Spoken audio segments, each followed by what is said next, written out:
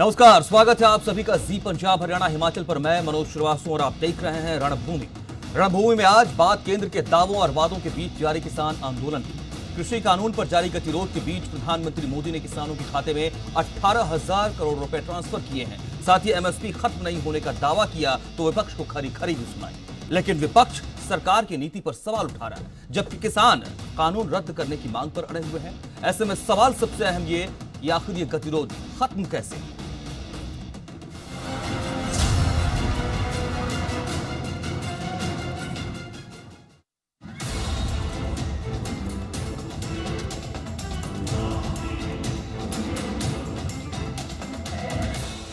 प्रधानमंत्री नरेंद्र मोदी ने किसान सम्मान निधि योजना की नई किस्त जारी की और 9 करोड़ किसानों के खाते में करीब 18,000 करोड़ रुपए ट्रांसफर किए।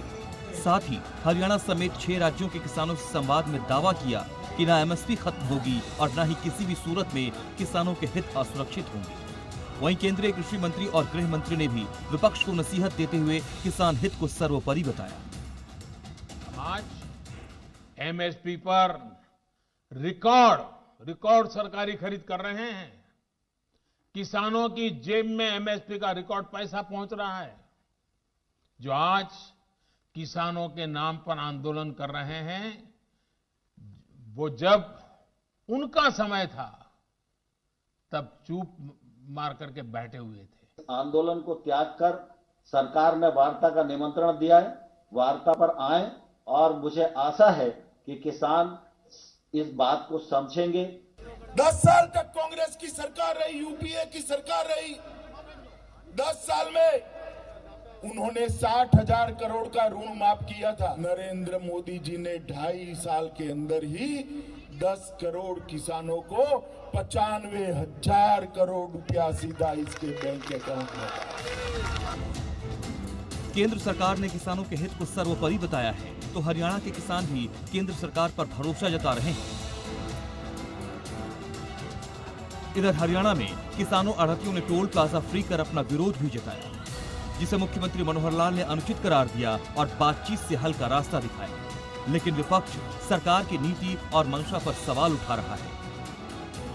मैं समझता हूँ ये कोई बहुत अच्छा प्रकार नहीं है, क्योंकि टोल फ्री कराने से किसी को न लाभ है न हानि है। टोल वालों को भी हानि इसलिए नहीं होती कि जितने दिन टोल फ्री कराएंगे उनको ये शर्तें होती है, कंडीशन होती है कि उतने दिन को अतिरिक्त बाद में टोल लेने का अधिकार मिल जाता है। 2018-19 में किसानों के खाते में डाले मात्र 6,000 करोड़, 6,005 करोड़ डाले जाने थे। कितने? 88,000 करोड़। 14.64 crore multiplied by 6,000। मेरा तो यह आंकड़ा है, मोदी जी का है, तो 88,000 करोड़ बन गए। आपने डाले 18-19 में 6,000 करोड़। सरकार हर हाल में किसानों के हित की सुरक्षा का दावा कर रही है, लेकिन किसान कृषि कानून रद्द कराने पर अड़े हुए हैं। वहीं विपक्ष सरकार को घेरने का कोई मौका नहीं छोड़ रहा। ऐसे में सवाल उठता है कि कृषि कानून पर जारी गतिरोध आखिर खत्म कैसे? जगदीप संधू और विनोद लांबा के साथ ब्यूरो रिपोर्ट, जी मीडिया।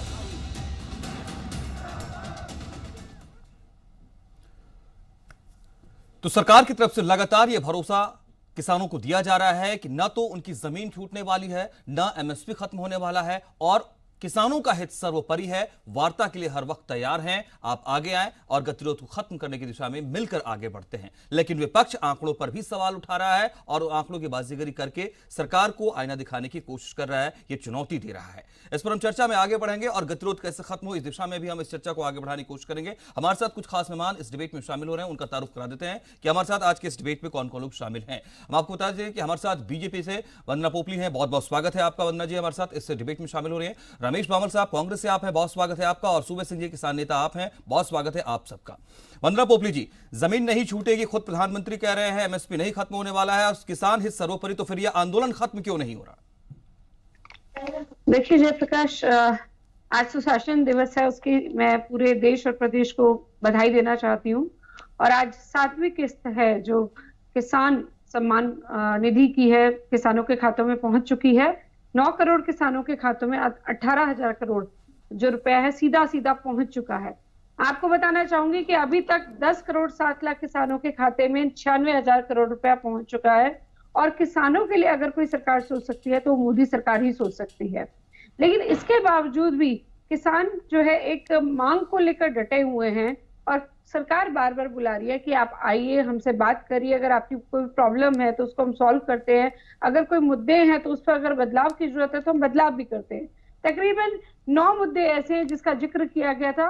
मेरे हाथ में तोमर जी का पत्र भी है जिसमें उन्होंने 9 मुद्दों की बात की थी कि जो 9 मुद्दे हैं इस पर सरकार सोचने के लिए तैयार है, अगर संशोधन करना पड़ा तो उसको भी करने को तैयार है। लेकिन सबसे बड़ी बात कि अभी तक जो भी कृषि कानून लाए गए हैं उसके अंदर अंदेशा ही रहा उनको, और उसके पीछे जो मोदी जी का संदेशा है वो नहीं समझ पाए कि जो मोदी जी हैं वो किसानों की आय को बढ़ाना चाहते हैं, दुगनी करना चाहते हैं, और वो चाहते हैं किसान को अपना पूरा हक मिले। मैं आपके चैनल के माध्यम से भी अनुरोध करना चाहूंगी, अब जो ये डेडलॉक है इसको तोड़ना चाहिए। किसानों को समझना चाहिए कि सरकार उनकी बात को सुन रही है, सरकार चाहती है कि आप लोग आइए, बात करें, हम इस जो मुद्दे को है सुलझाएं। लेकिन कहीं ना कहीं विपक्ष गुमराह करने की लगातार कोशिश कर रहा है।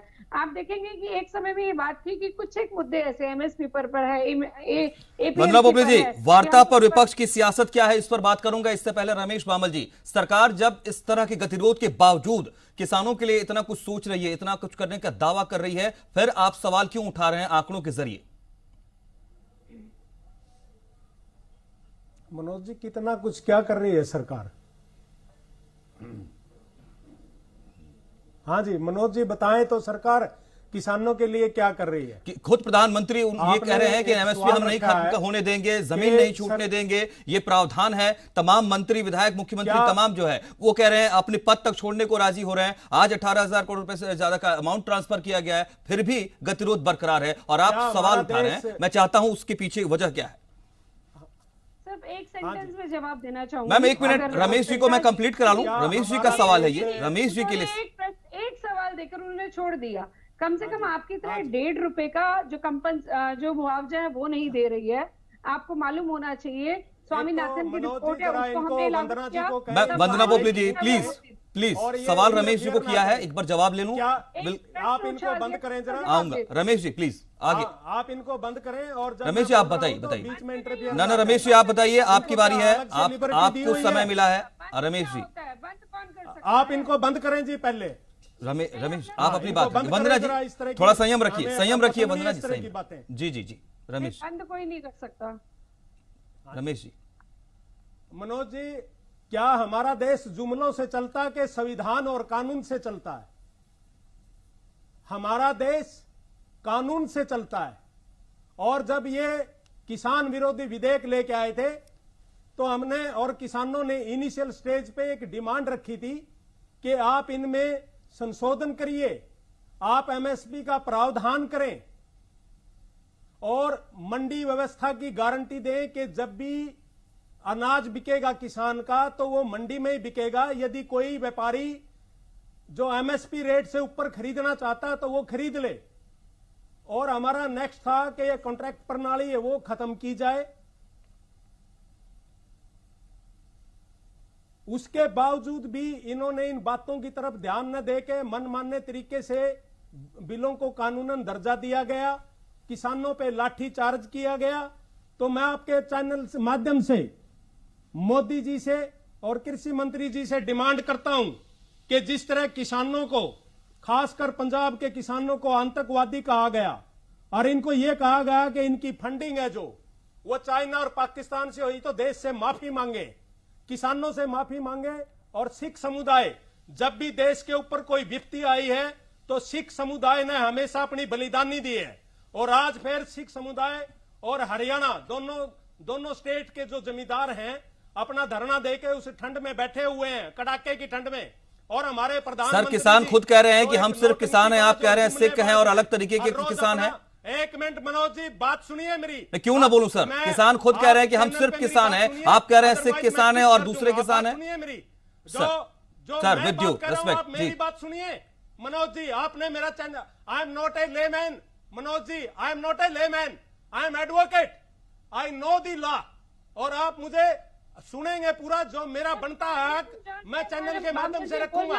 हमारे माननीय प्रधानमंत्री जी जुमलेबाज हैं, नौटंकीबाज हैं और अपना रोज रूप धारण करते हैं, तरह तरह की नौटंकी करते हैं। इस तरह की क्या एक प्रधानमंत्री को शोभा देता है? जुमलों से देश नहीं चलता हमारा। रमेश जी, आप जवाब लूं? अत्याचार किया है, आपके सवाल का जवाब लूं अब रमेश जी? मैं हमेशा किसानों के साथ खड़ी है। ठीक है रमेश जी, अब आपके ही सवालों का जवाब लेता हूं। वंदना पोपली जी, वंदना पोपली जी, मैं आपके पास आऊंगा। प्लीज, मैं क्षमा मांगते हुए एक बार मुझे सूबे सिंह के पास जाने दीजिए। किसान नेता हमारे साथ हैं, उनका टेक लेना है मुझे। मैम आपके पास आऊंगा, मेरा वादा आपसे। मैम प्लीज, सूबे सिंह जी, क्या आज प्रधानमंत्री का जो स्टैंड सामने आया है किसानों को लेकर के, क्या आपको नहीं लगता है कि किसान उस पर भरोसा करेंगे और वार्ता के लिए आगे बढ़ेंगे? कृषि मंत्री, गृह मंत्री, सब लोग सामने आए आज। देखो, इस देश का सरकार है, इस पर किसान का कोई भरोसा नहीं है। 2000 रुपये की बात कर रही है मैडम। इन्होंने ये पूछो कि इन 6 महीनों में तेल डीजल कितना बढ़ाया किसान? क्या किसान को डीजल के ऊपर सब्सिडी दी इन लोगों ने? खाद के रेट कहाँ गए? बीजू के रेट कहाँ गए? और ये कह रहे हम एमएसपी पर वो फसल खरीदेंगे। फसल खरीदना तो दूर की बात हुई, 8 क्विंटल चने खरीदेंगे। मतलब एक सेकंड, कौन बोले भाई? रुक जाए एक बार। 8 क्विंटल चना खरीदेंगे, 25 क्विंटल हम सरसों खरीदेंगे और गेहूं जो है ना हरियाणा और पंजाब को छोड़कर और कहीं नहीं खरीदेगा। जहां खुद प्रधानमंत्री है वहां देसी गेहूं 1400 और 1500 रुपये क्विंटल के हिसाब से खरीदा गया है। तो मैं ये कहना चाहता हूं कि क्या पूरे देश के किसान को एमएसपी पर अनाज खरीदा जा रहा है? क्या मतलब दवाई और खाद बीज का जो प्राइवेट सेक्टर के अंदर है उनकी दवाइयों के रेट कितने बढ़ गए और किसान को समर्थन मूल्य कितना मिल रहा है? ये पूछने की बात है। हमारा सड़कों पर टमाटर था, गोभी थी, आलू था। जब किसान के घर में था तो सड़कों पर, और जब गोदामों में जाता है तो 50 रुपए क्विंटल। तो आप ये बताइए कि किसान को जो ये गुमराह होने, जब इनको कोई नुकसान ही नहीं है तो फिर हम मांग नहीं रहे, दे क्यों रहे? जब किसान देश का ये कह रहा है हमें नहीं चाहिए आपके ये सुधार, तो हमें क्यों धक्के से थोपे जा रहे? हम नहीं चाहते हमारा भला, ये क्यों करना चाहते हैं? ये अडानी अंबानी का भला करना चाहते हैं, किसान का नहीं करना चाहते, और ये सब ढकोसलेबाज है। मैं ये कह देना चाहता हूँ, अब ये पहले तो मोदी जी, खट्टर जी ये कह रहे थे, हरियाणा के माननीय मुख्यमंत्री मोदी की ये किसानों का, हरियाणा का किसान नहीं है। मैं दाव के साथ कह सकता हूँ आज इसका एक भी विधायक, एक भी चेयरमैन और खुद मुख्यमंत्री मोदी हरियाणा के किसी गांव में एंट्री कर तो दिखा दोगे? पूरा हरियाणा का किसान सड़कों पर है। सूबे सिंह जी, विरोध है, नाराजगी है, दिल्ली की ओर विरोध है, नाराजगी है। वंदना पोपली, कांग्रेस के भी सवाल हैं और किसान नेता के भी सवाल हैं। पहले कांग्रेस के सवाल जो आपके सामने आया है उसका जवाब दीजिए, जो रमेश बामल जी रखे। मनोज जी, मेरी आवाज शायद स्लो आ रही है, उसको आप थोड़ा ठीक कर दीजिएगा। सबसे पहले सूबे सिंह जी की बात का ही जवाब दूंगी। उन्होंने कहा कि आप पूरे देश में एमएसपी पर फसल खरीदी जा रही है। मुझे एक बात बताइए, जो खाद्यान्न है 280 करोड़ क्विंटल जो है वो पूरे देश में उगते हैं। की अगर मैं बात करूं, उसका सिर्फ 25% जो है प्रोक्योरमेंट होता है। सरकार सारी नहीं खरीदती है, सिर्फ 25% खरीदती है, और ये आज का नहीं चला हुआ है, ये जब से पीडीएस सिस्टम चला है तभी से चला जा रहा है। तो ये अचानक से इसमें कोई नई चीज नहीं आ गई है। और सरकार किस लिए खरीदती है? अगर जब पिछली सरकार को इस देश के किसान ने बदली होगी ना, उस सरकार को इस देश की सरकार ने बदली होगी, और आप भी वही कह रहे हो, पीछे से चले आ रहे। सूबे सिंह जी सुन लीजिए, पूरी बात को सुन लीजिए, आप इस चीज को समझिए, पूरी बात को सुन लीजिए। आप ये कह रहे हैं कि सरकार सारी फसल एमएसपी पे खरीदे, फिर आप कहोगे तिलहन भी खरीदे, फिर बोलोगे दलहन भी खरीदे, फिर सब्जी भी खरीदे, फिर डेयरी प्रोडक्ट भी खरीदे। सरकार किस लिए खरीदती है? सरकार इसलिए खरीदती है कि वो जो इकोनॉमिकली बैकवर्ड जो लोग हैं उनको सब्सिडाइज रेट पर ये सब दे सके, या फिर अगर कोई ऐसी सिचुएशन आती है कंट्री के अंदर, देश के अंदर, कि जब अनाज की कमी हो जाए तो हमारे गोडाउन में भरे हो और वो हम लोगों को दे सके। उसके अलावा और कोई कारण नहीं होता खरीदने का। ये नहीं है कि सरकार आपसे खरीद के आगे कहीं और बेचती है। सरकार व्यापार नहीं करती है। सरकार का काम है कि उस जो आपसे लेती है वो सब्सिडाइज रेट पे गरीबों को दिया जाए, या फिर उसको अगर कोई डिजास्टर है, कोई ऐसी अनहोनी हो जाती है, कोई फ्लड आ जाता है, सूखा पड़ जाता है, तो उस समय कोई कहीं पर भी कमी ना पड़े किसी भी जो धान है या गेहूं है अनाज की, उसके लिए खरीदती है। तो एमएसपी में अगर आप कह रहे हैं सरकार खरीदे, तो आप कहोगे दलहन भी खरीदो, तिलहन भी खरीदो, फिर सब्जी भी खरीदो, फिर डेयरी भी खरीदो, फिर इंडस्ट्री वाले कहेंगे हमारा सामान भी खरीदो। ये सरकार व्यापार नहीं करती है, सरकार आपके काम के लिए है। तो ये तो तरीका जो है मुझे लगता है कि गलत है। जहां तक आप यहाँ पर बात कर रहे थे, जो कांग्रेस के प्रवक्ता है उन्होंने कहा कि हमारी डिमांड ये है, रमेश बामल जी, कि हमारी ये डिमांड है, हमारी वो डिमांड है। पहली बार डिमांड नहीं है मैडम, ये आप जो कह रहे हो गुमराह करें आप देश की जनता को, प्रदेश की जनता को गुमराह करें। सच्चाई बता रही हूँ। आप कह रहे हैं कि दुकानों पे जो है तो सरकार बातें बंद रखी क्या देश प्रदेश में? सुबह सिंह जी, आप कह रहे हैं कि दुकानों पर जो है माल ज्यादा महंगा बिकता है, हमसे सस्ता लिया जाता है। हम भी तो ये कह रहे हैं कि डायरेक्ट जाके बेचो आप। हम तो बीच के जो लोग हैं वो खत्म कर रहे हैं आपके बीच में कि अपनी फसल लो और अब आलू निकल गया मेरा आलू 2 रुपए किलो खरीदेगा, अडानी अंबानी तो अपने गोदाम में भर देगा, किसान क्या रखेगा उसको? अडानी अंबानी आ जाए हैं क्या? अडानी अंबानी आ जाए हैं क्या? 2014 में पैदा हुए हैं क्या? मुझे एक बात बताइए। उपवास करके हम पानी के नाम से। रमेश बाबल जी कुछ कहना चाहते हैं, बहुत देर से वेट कर रहे हैं वो। रमेश बाबल जी प्लीज क्या कहा, प्लीज आप लोग प्लीज थोड़ा रमेश जी को समय दीजिए। रमेश जी प्लीज। 1 लाख करोड़ का जो है वो पूरा जो कॉन्ट्रैक्ट है मनोज जी जी कांग्रेस ने, वंदना जी प्लीज। हाँ मनोज जी, जो हमारे किसान हैं, हमें नहीं चाहिए आपके कानून, अपने घर ले आज जाए। पूरा नहीं वर्ल्ड चाहिए देख रहा काले है, कानून, जो आप अपने घर ले जाए। किसान है पूरा वर्ल्ड देख बीजेपी रहा अपने है, घर ले जाए। पूरा हिंदुस्तान देख रहा है। और किसान कहते हैं कि ये जो अध्यादेश हैं ये किसानों के हक में नहीं है, हमें ऐसे विधेयक नहीं चाहिए। तो फिर मोदी जी बताएं, जब किसान नहीं चाहते तो फिर ये अपने हठधर्मी क्यों है, अपने हट पे क्यों अड़े हुए हैं? कानून में बहुत से प्रावधान हैं। जब भी मनोज जी कोई डिसीजन आता है, चाहे वो सुप्रीम कोर्ट का डिसीजन हो, चाहे वो हाई कोर्ट का डिसीजन हो, तो उसके अंदर रिव्यू करने के बहुत से प्रावधान होते हैं। और ये तो एक ऐसा विधेयक है जब पूरे देश के किसान इससे आहत हैं और ये काले अध्यादेश हैं, तो इनको निरस्त करने में हमारे माननीय प्रधानमंत्री को क्या आपत्ति एक ऑर्डिनेंस लाके। दूसरा ये कहते हैं कि किसानों के खाते में जो रुपए ट्रांसफर करे हैं, तो इससे क्या एमएसपी इससे खत्म नहीं होएगा? ये वो पैसे ट्रांसफर करने से उसमें कहां पे लिखा हुआ है कि जी ये एमएसपी खत्म नहीं होगा? हमारा देश जुमलों से नहीं चलता, उसमें प्रावधान होने चाहिए। एमएसपी की ओरल गारंटी नहीं होती, हमारा देश कानून से चलता है। वंदना पोखली, वाकई ये सच्चाई है कि कानून से, संविधान से, प्रस्ताव से, नियम कायदों से देश चलता है, और नियम बनते हैं तो वो भी सब कायदे से चलते हैं। सवाल है, जवाब दीजिए।